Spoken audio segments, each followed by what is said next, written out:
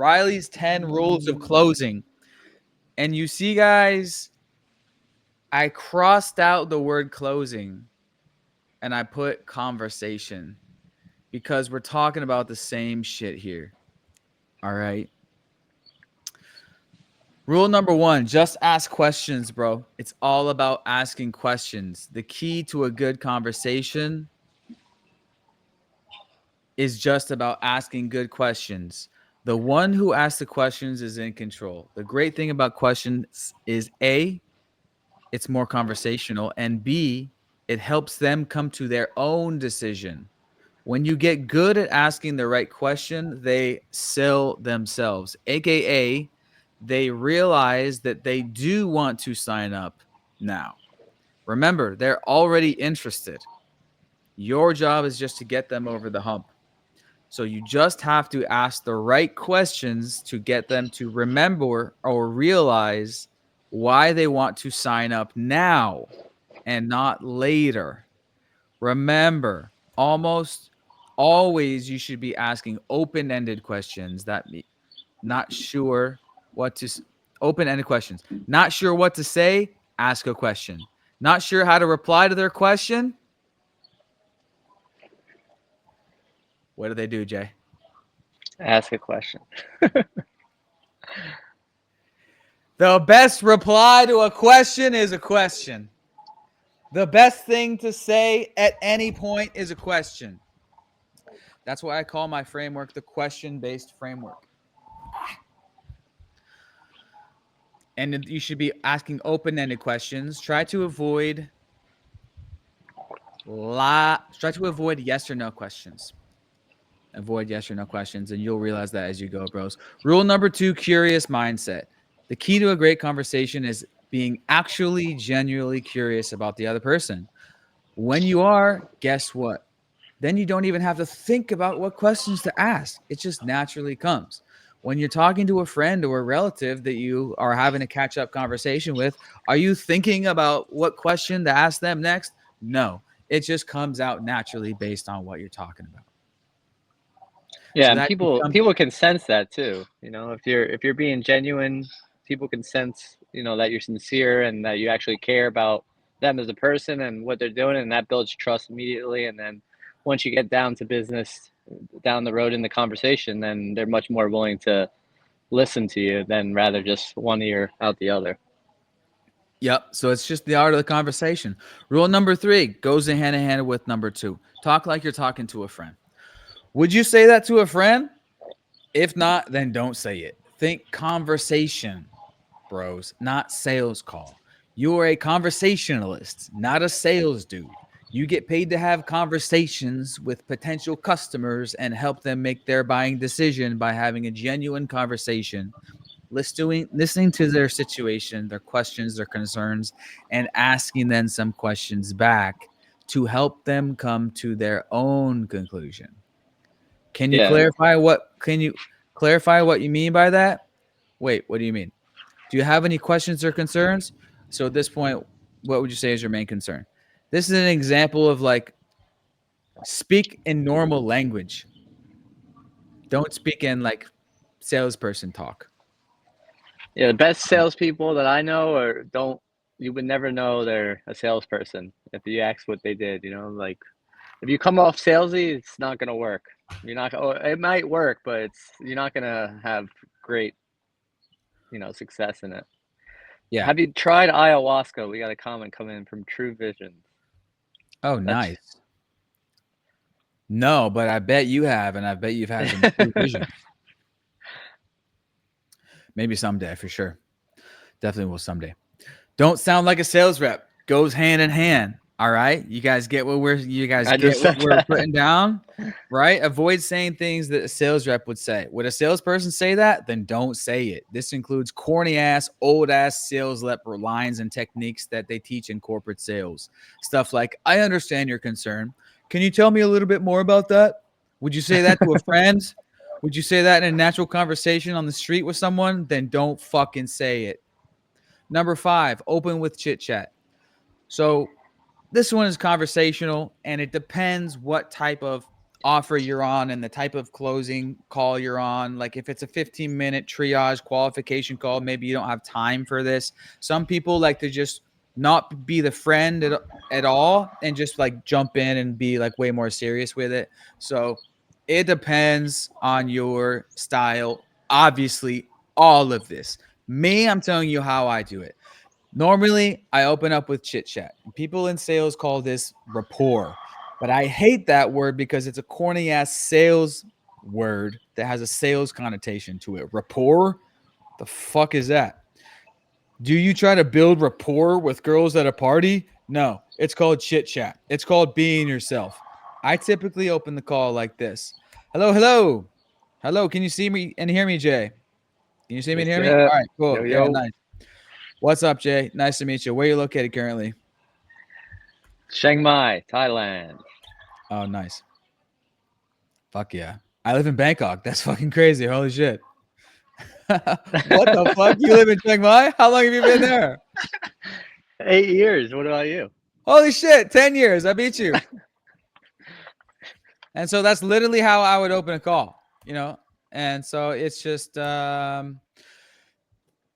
yeah. So I'm writing out like the script here. Oh, nice. What brings you here? Like for work or for what? Okay, nice. Obvious follow-up question, follow-up question, follow-up question, chit chat, etc. Like we just did. Yeah, I think it's super important. I mean, I do that no matter what. Even if it's a 15-minute call, I'm taking at least a minute, minute and a half to just shoot the shit a little bit, lighten the mood. Because everyone's like, when you're meeting someone new, regardless of the situation, you don't know what you're getting into, right? So just Yeah, to you know, just be a fucking human being, not an AI.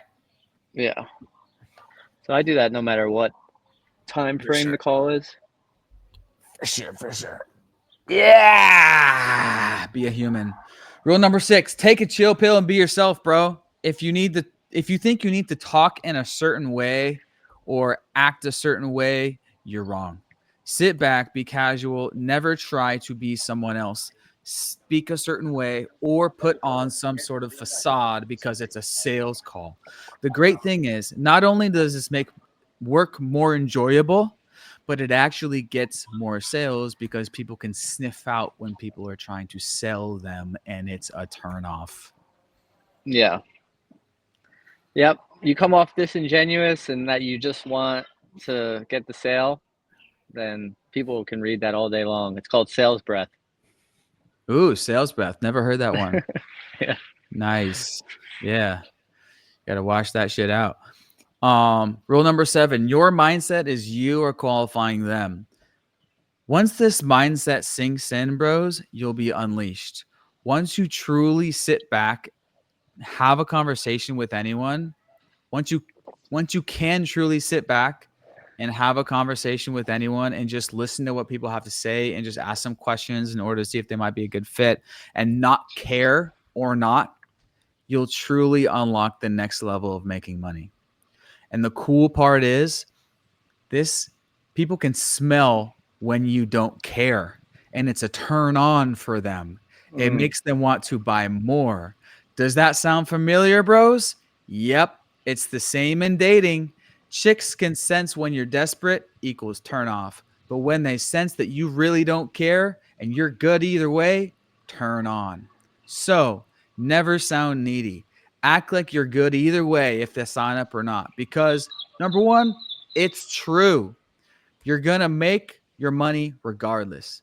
And number 2, by giving off the vibe that you are qualifying them, this actually converts way better because it elevates your status and the status of the product/service.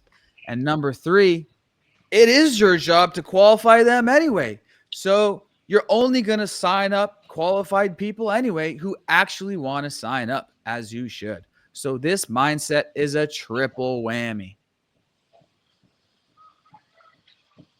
Justin says, any tips on detaching from outcome? Where did that come in? I didn't see that. It's on Instagram. And that's a good question. Any tips on it? Any tips on, I guess that's just a mindset thing. You know what I'm saying? That's like kind of asking any tips on confidence. You know what I'm saying? There's no magic thing I can tell you. Yeah, It's just a the only mindset thing you is got to let sink in.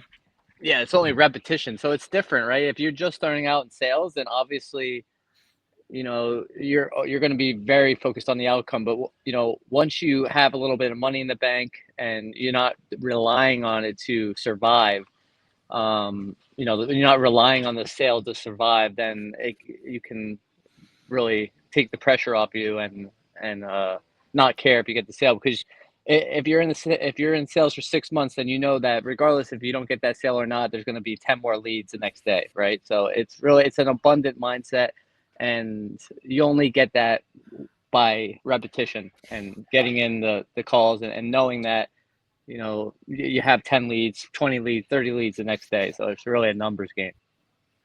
So that's funny. He actually asked that question on rule number 6 before he even saw this slide about detaching from outcome.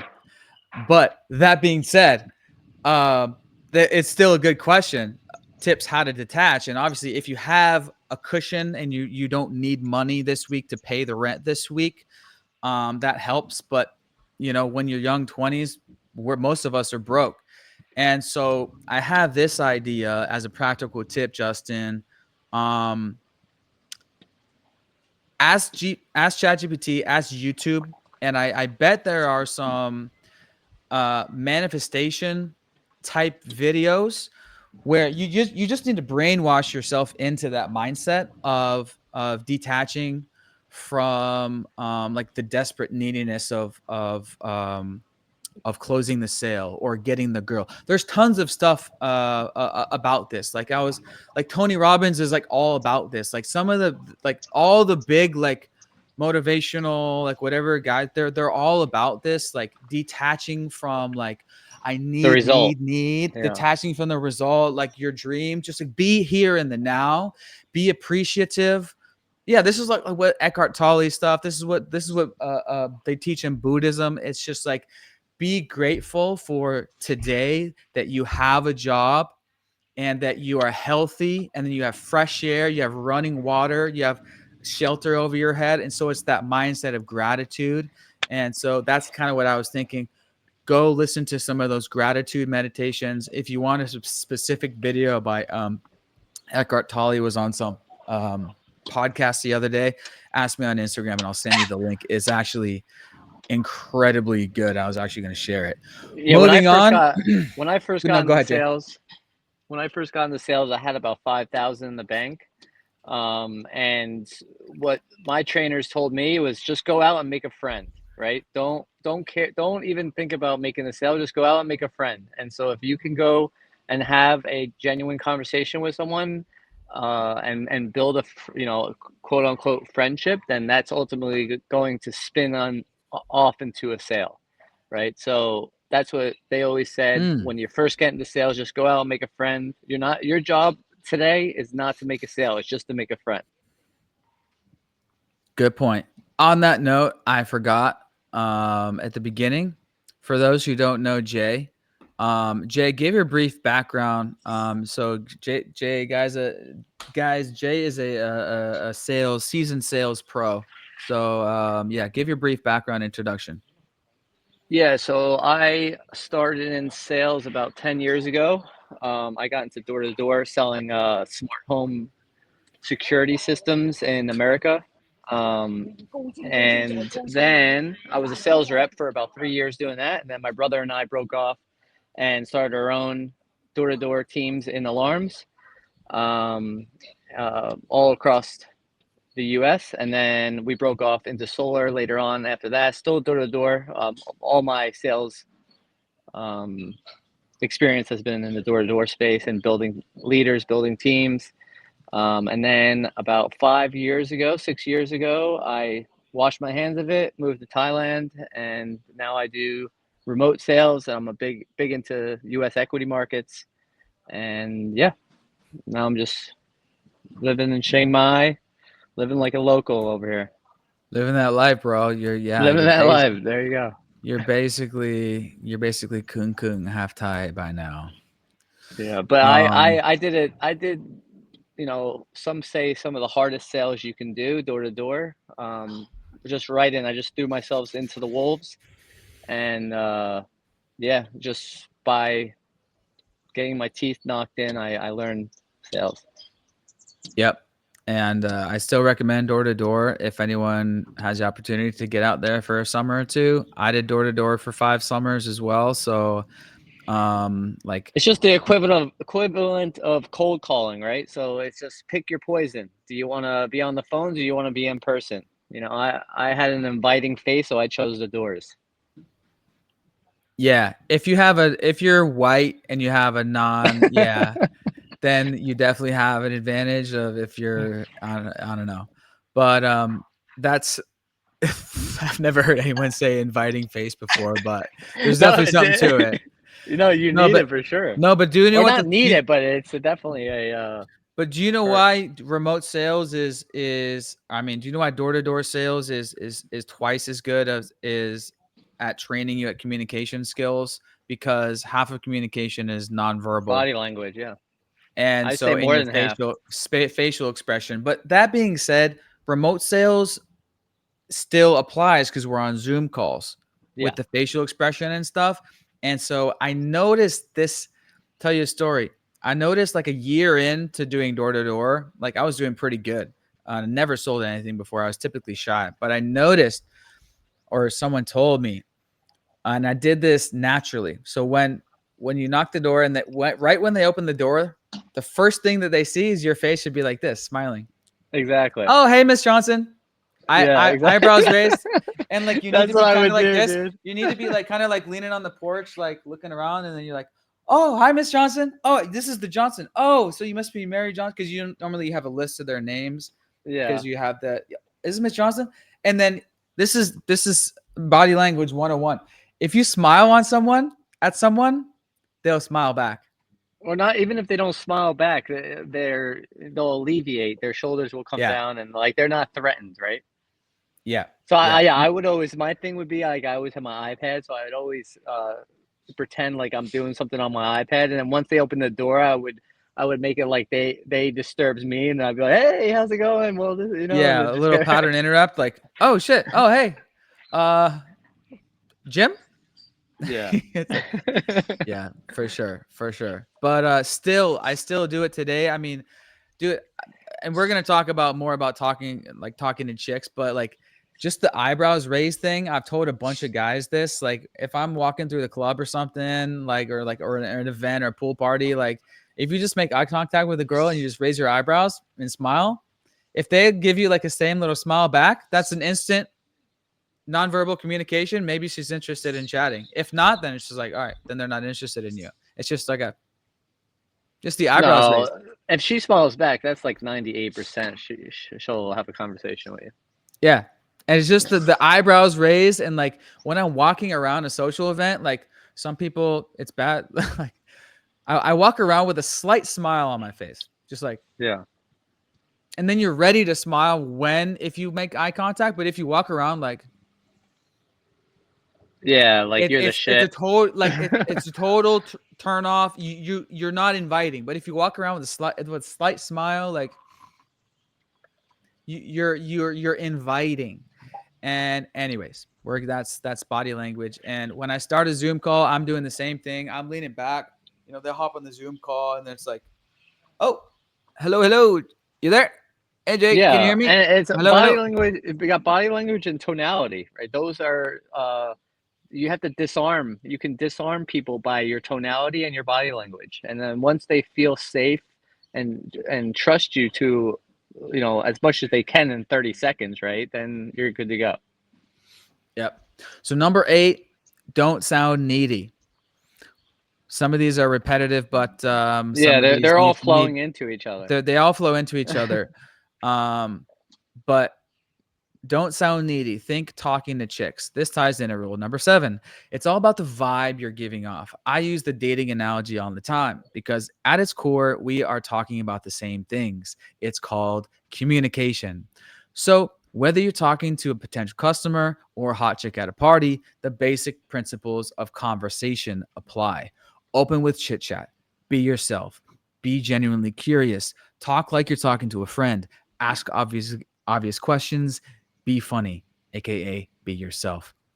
Yeah. Ask questions to direct the conversation where you want it to go without being salesy or corny, and with genuine sense of curiosity that gives off the feeling that you are actually curious about their answer, just like in a real conversation with a friend.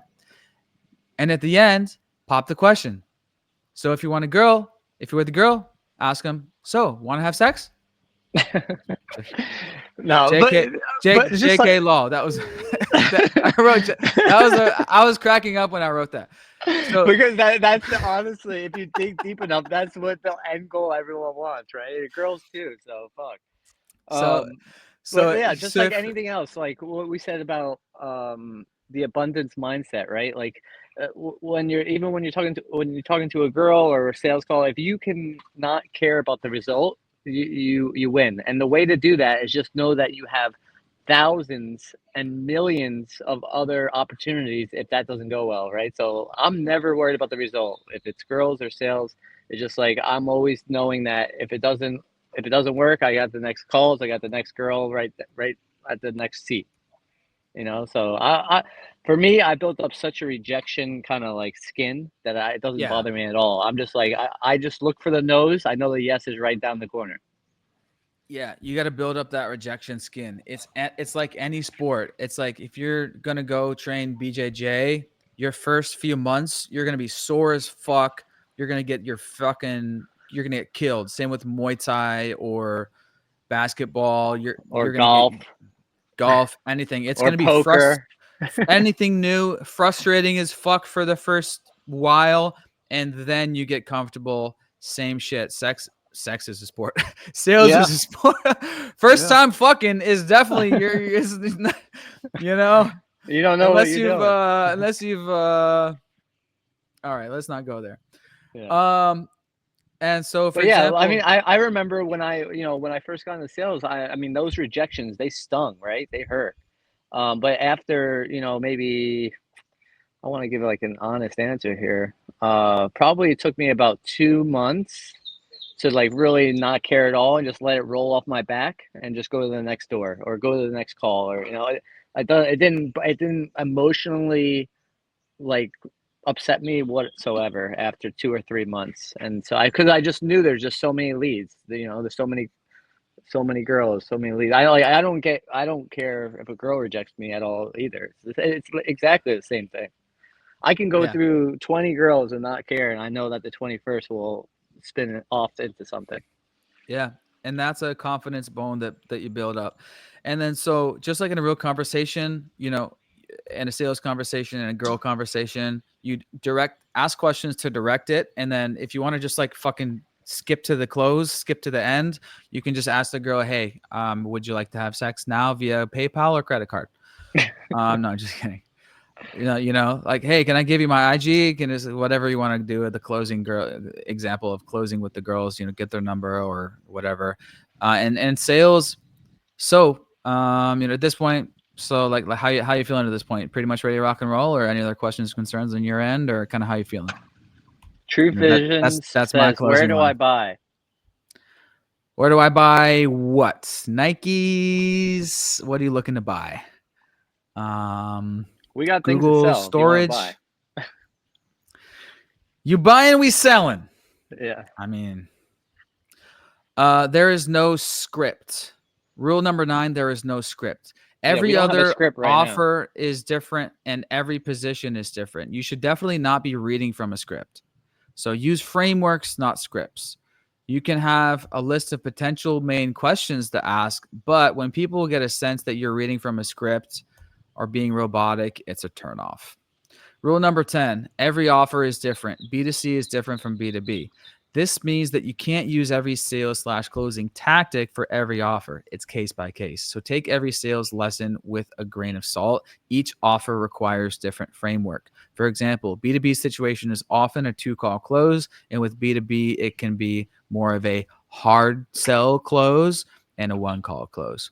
Rule number 11, ask other reps what's working. No need to guess. Ties into the last rule. So make sure you're getting all the information possible from other reps that's already working. Yeah. What are the top questions to ask? What are the best closing lines that are working? No need to shoot in the dark. Just follow what's already working for that specific offer. Huge point. And the So main, know the sorry, go no ahead. no know the top questions and concerns and roadblocks. Know the top 10 questions to ask, and know the top 10 closing lines that are working already for that job. Yeah, and like objections are going to be your main bottleneck in sales, right? And there's only a handful of them that really come up. So what I used to do is I used to go to all the reps that were succeeding at a level that I wanted to and see how they would handle that specific objection. And then if you ask enough people, you get a lot of different answers, and then you can kind of take those and build your own rebuttal on that objection. And so that's what I did. And then I found something that I was comfortable with.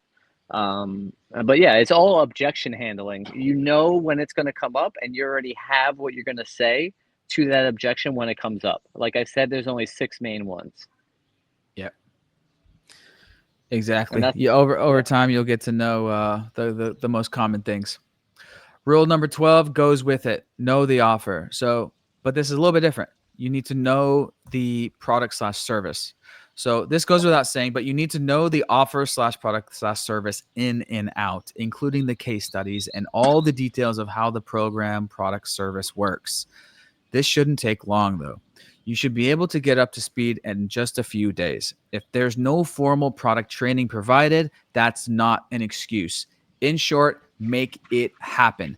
Ask your manager, do research, get up to speed on your own, no excuses. In summary, know the offer details, know the case studies, know everything about the product and service. So when they ask you a question about the product service, you're not like, let me get, Yeah, every time you don't have an answer within a second or two, you're building distrust. It's pretty brutal, but that's when you're meeting someone for the first time and you don't have your shit together. It's just it screams incompetency. But here's a way to get around that. Let's say you don't know the answer to the question. What did we say earlier when you're not sure how to reply to a Ask a question? question. Yeah, exactly. You ask a question. Oh, so let's say they're asking like, so like what happens like after 90 days, after the 90-day program, like what happens after that? You'd be like, curious. Anything I would be like, anything like anything specific that you're wondering? Like anything specific that you're curious about regarding the length of the program, or just curious why you asked that? Yeah, and sometimes the questions just buy you more time to come up with a good answer, right? And you don't even need an answer. Like the people are asking questions.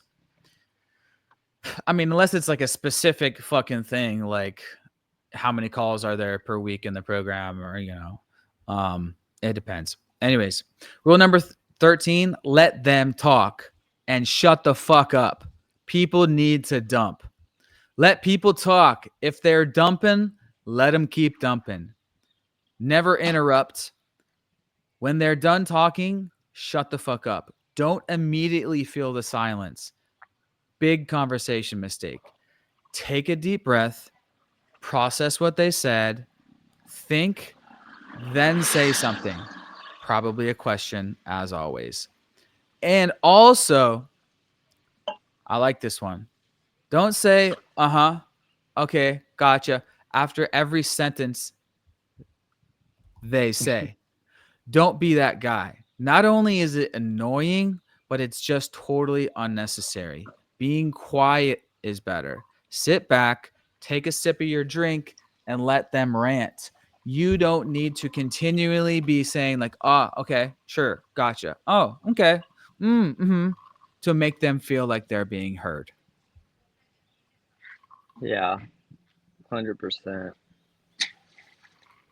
Some people overdo that shit a lot too. I mean, I do it here and there, but yeah, if they do it the whole conversation. You know what I've noticed? I've noticed recently, maybe this year, I've been getting even better than that. Talking to anyone, could be someone on my team, just a regular casual call, could be a client. Like after they're done saying what they've said, normally in a conversation, it's like, Now it's the other person's turn. But instead of talking, and let's say this is a client call, like, and we're talking about either potentially signing up or they're thinking about extending or not, I'll just be like, they're done talking, and I'll just be like,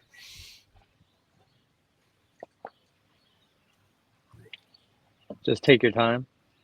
I'll just be like, I won't spit something out and be like, oh, gotcha, okay. No, I'll just be like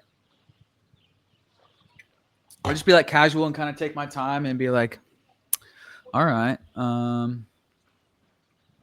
And usually they'll start talking again, and they'll dump Yeah. they'll dump further because they're not finished dumping. But normally they think it's courteous for them not to rant too long.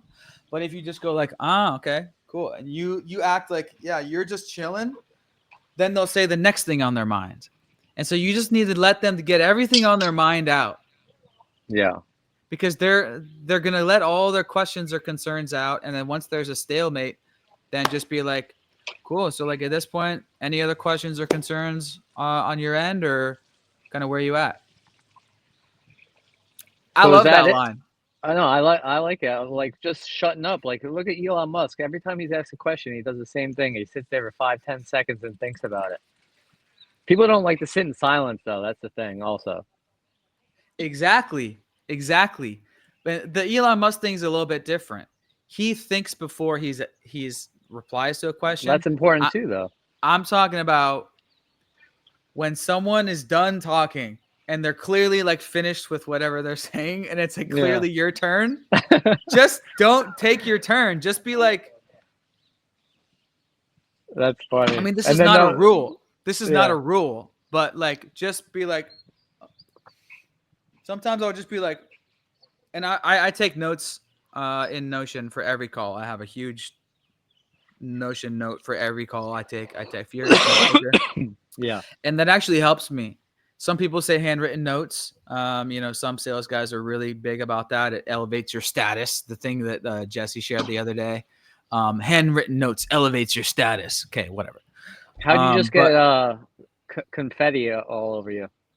Because I'm a fucking beast, bro. Did you see that? Yeah.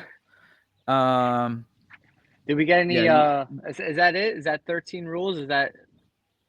We got more. So yeah, the document's called 10 Rules, but I actually wrote more. There's 17 so far. But anyways, we got some more. Do you want to finish them? Yeah, go ahead. I want to keep these like kind of under 45 minutes, an hour, just because people's attention span doesn't go much further than that. Yeah, you motherfucking Gen Z TikTok scrolling motherfuckers. You need to get off that shit, and you need to be talking to people every day until you have $5,000 in your bank account. Don't even fucking say the word crypto or drop shipping to me. Yeah, or anything in the market. Oh, I just like to say that. I'm gonna be that guy. I think we should do 30 minutes of high value stuff, and then just do Q&A after, and just keep them short and sweet. Love it. We're almost done. I think that will get the most engagement. So rule number 14 is ask qualifying questions. This can kind of be like you are interviewing them for a job. You are going through a list of questions to see if they're qualified. This flips the script and elevates the status of the program. Such as, for example, you'll say something like, cool, we got some standard questions, just to make sure it's a good fit, because we're not able to take on anyone. So like first, like currently with your current situation, like how much time per week do you think you have available to dedicate to the program? Boom, shut up. And then cool. All right. And have you tried like similar high ticket closing programs before? Or, oh yeah, blah blah blah. Okay, interesting. So just curious, like what was the deal? Like why don't you think, or like why did that not work? Blah blah blah blah blah blah blah. Let him dump. Okay, cool. And then next question. I have to ask you, are you able to put in the work? Because I need to make sure that there's nothing in your life going on. Like you have a wedding coming up, or something huge coming up over the next 90 days, are you able to put in the work over the next 90 days? Shut up. You see what that question does there? Now they're selling themselves. Oh yeah, I can. I definitely can. There shouldn't be any excuse to stop me to do the 90-day accelerator, right? They're selling themselves for the job interview of joining your program, right? And then number four question, are you sure you want to do this? Or another one is, you sure this would be a good fit for you? Something like why do you think, like, are you sure the program would be a good fit for you? And what makes you choose to do this accelerated program now and not later? And then they're selling themselves on why now and not later, because that's or if they're not sold, these questions will bring out the objection early on in the conversation, so you can handle it right away and move on. And if not, you can end the call and go on to the next. You want to be efficient with your time too. You only have so much energy, right? So if you waste your time with people that are not qualified and that are not buyers, then it takes away from the energy for the guy that is a buyer on the next call. So the qualifying questions not only allow you to pull out objections and see if they're going to be a potential client, but you're saving yourself time and energy that you need for the next half a day or whatever of taking calls. So like for me, when I was on the doors and I sniffed out someone wasn't interested in the product, didn't have the credit worthiness to get the product, or just was being unreasonable or didn't have the money, I would just be like, okay, and I just move on to the next, save my energy for the next door. Yeah, I do that with girls too. Yeah, qualify. If they're not interested, okay, cool. Next. Qualify fast. Yep. So qualifying questions, and this is kind of what you just said, Jay. I can't see that writing, by the way. Oh, okay. I'll zoom in. So I like this one. Like, if they're not sounding too sure or enthusiastic about the program, like, I'll just say, like, all right, man, I'll just be honest. Like, you don't sound very confident. Like, are you sure? Like, are you sure you're committed ready to do this? Pull the trigger. Oh yeah. Are you sure you're ready to do this over the next 90 days? Because you don't sound so sure. And then if they're actually interested, they'll be like, no, yeah, I am. But if they're not, they'll be like, yeah, I'm not. You're right. I'm not really so sure. Okay, cool. Yeah, I don't got. To be honest with you, you know how many times I hear that? To be honest with you, man, I just don't have the money. Price objection is a big one. Yeah. So here's you do your financing. Yeah, price objection is a huge thing for high ticket sales, or just figuring out the price thing. But so I'll read this. You don't sound so sure, man. Lol. Are you sure you're ready to put in the work? Because we need to make sure you're actually going to put in the work, man. This is a big requirement on our end. And if they don't sound super excited, call this out, because it's calling them out. Like, bro, I'm not sure you're a good fit, man. You're not looking like a good fit. And if they really want to join, they're going to start selling themselves, right? It's the job interview framework. You're qualifying them to let them in the gate. And if they don't sound excited, be like, I'm not sure this is a fit for you, man, because you honestly, you don't sound so excited. Like, you're really, like, you don't sound excited at all. Rule number 15, it's how you frame the call. This ties into the qualifying questions. So you can frame it as a qualifying call. You can straight up, optionally, frame it as frame the call as, okay, so on this call, just going to be asking you some questions to see if we can help you and see if it's potentially a great fit, because can't work with anyone, and because we need to be actually really sure that we can help you, because our main thing is keeping success rate high, and we don't want to waste your time if we can't help. Sound good? So that's kind of standard kind of frame. Number 2 is advanced. Frame it as a yes or no at the end call. This can be powerful AF. Frame it as a yes or no at the end. This can be powerful AF. So something like this. Cool. So on this call, just going to ask you some questions, see if we can help you and see if it's good fit. Also, at the end of the call, all that we ask is for either a hell yeah or a no thanks. Not I'll think about it, or I'll get back to you, or ask my mom or whatever. Because usually we'll usually what we've noticed is I'll think about it, or I got to ask my wife. Is just a polite way of saying no thanks anyway. And so also we find that usually we get the best results from people that are a hell yes from the get-go. So at the end of the call, all that we ask for is a hell yes or a no thanks. That sound good? Cool. Thanks. All right, get into the call. That can be powerful AF. Rule number 16, master the closing lines. Sometimes it's all about the closing lines, for example. So at this point, kind of where you at? How you feeling about everything? So at this point, what would you say is your main concern this point so far? So at this point, how we feeling? You pretty much ready to rock and roll, or do you have any questions, concerns on your end, or kind of where you at right now on your end?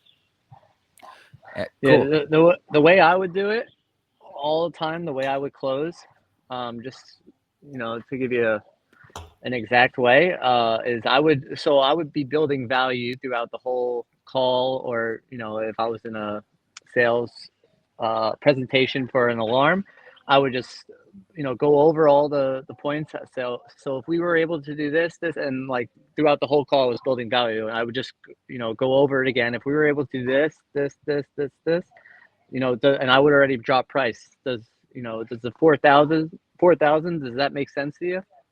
And then they would say yes or no, or if the objection would come up there, and then handle it. And then I would just always assume the sale and keep asking for the sale. Yep, exactly. Assume the sale is a good one. I should add that as a new rule. Yeah, maybe you can write that one. And like at the very end, I just like to ask. So, cool. So yeah, at this point, any other questions or concerns, or and then they will say, that's basically asking for the sale. If they have any other questions or concerns, they'll say blah blah blah. But if not, they'll be like, no, pretty good. So cool. So how you feeling at this point? You ready to rock and roll, or kind of where you at? And they'll be like, either yeah, like what are the next steps, or blah blah blah blah blah. And then, or you can just be like, cool. So the first step is just roll into the onboarding process. Cool. So the first step is adding to Seller Central. Are you familiar with how to do that? And they'll be like, no, I've never done it. Okay, are you at your computer right now? Okay, cool. So go ahead and just go into your Seller Central. And then while that's loading, are you familiar with Slack? Yeah, cool. So yeah, so we'll add you to Slack. Which email address shall I add to a Slack channel? Okay, Yeah. I was always hit the one on the calendar, and then you're already just getting them into the program. You're already Yeah. onboarding them without even them saying like, "Yeah, let's buy." You're just like, "Okay, so the first step is this, and then this." You're just kind of flowing into Just holding their hand through the process. Yeah. If they don't have any questions or concerns, then just okay, cool. The first step is getting you into Slack. What's your email address? and you go forward. Yeah. So just so we're on the same page, kind of where you're at with everything at this point, and then there's option closes. So cool. So out of the two package options, kind of which one are you thinking would be best for you? And then in terms of getting started, let's see, we have tomorrow, same time available, or we have Monday. Which one would you be thinking? And then kind of pause, and then in terms of the payment plans, kind of which one would you be thinking? The paid in full, or the 3 payments? And then just shut up. Boom. Master the closing lines. Number 17, pre-call matters. What people have seen about the offer before the call matters a lot. So ideally, they are basically pre-sold. For example, if they've watched the full webinar / VSL about the program and read the FAQ and the case studies and all the details about the program. So if they're not at least partially pre-sold before the call, try to fix this. So tell the owner that they need a webinar or VSL. And you should offer advice to them and tell them what they should do if they're dumb and their marketing funnel sucks. If it comes down to it, write a VSL for them, either for free or get paid for it. Depends on your status. Your closing rate for people that are pre-sold versus cold is night and day.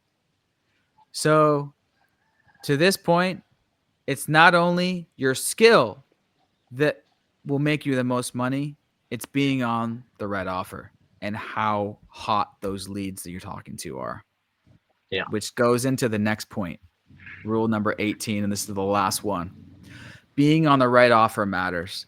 Making the most money in sales is a combination of your skill and the offer you're on. I'd say 50-50 equally important. Yeah, I So was just that's gonna why say. I teach Yeah. client stacking and always being actively searching for jobs and applying for better, high-paying jobs. Same jobs, some jobs have higher commissions, some jobs have leads that are pre-sold, and others have more cold or lukewarm leads. So ideally, you're on an offer where leads are pre-sold, hot, and the offer sells itself and the commissions are high. That being said, don't expect to land a dream offer right away. As in any career, you start at the bottom if you're an entry level person and you work your way up. And that's why we teach client stacking at HTCU, which is our coaching program slash remote closing 90-day accelerator. If I could pull up the goddamn website. HTCU is me, Jay, and Jesse's group coaching program where we basically teach you sales, get you one call close certified, and hold your hand to land high-paying remote sales job in 90 days or less. Multiple students have gotten hired within 7 days. See case studies below. So if you guys want to see this program doc, feel free to Instagram DM me. But this call You is want to just drop the about link in YouTube? just DM me on Instagram at Living That Life of Riley if you guys want to learn more about HTCU 90-Day Accelerator. And yeah, we are here to help to be your sales senseis and help you make your first $5,000. Oh yeah, we're doing first $5,000 in commissions in 90 days guaranteed. If you want to learn more about that, DM on Instagram. Sounds good. Boom! We got any questions coming in or what? First live stream test. I don't see any questions. Where do I buy? DM on Instagram if you want to learn more about the program. DM on Instagram, and we cannot work with anyone for the obvious reasons that we talked about in this training. Yeah, because we need to make sure the case studies are high. But Tom got hired in 7 days, Birdie in 10 days, Max in 3 days, Jake in 7 days. Henry landed a dream job in real estate. Winston landed role in ecom automation course. Bernie is crushing it. Andre's crushing it. 10. Tom closed 6 deals out of 8. Learn more. Hit me up. Instagram. Gotta go. That was the good first test, Jay. Yeah, man. Are we off live now? No, we're still on live. Oh, Anything else? Any final words for the peeps? No, man. So we're gonna try to do this every week at 10 a.m. our time or 10 p.m. Eastern. Yeah, we're gonna stick to that every week, or we're gonna do it bi-weekly so we can kind of. Let's do it every week, but let's switch it up. You know, we're gonna be in testing phase as any new business or any new venture. It's test. Keep what's best. All right, sounds good, man. Yes, sir.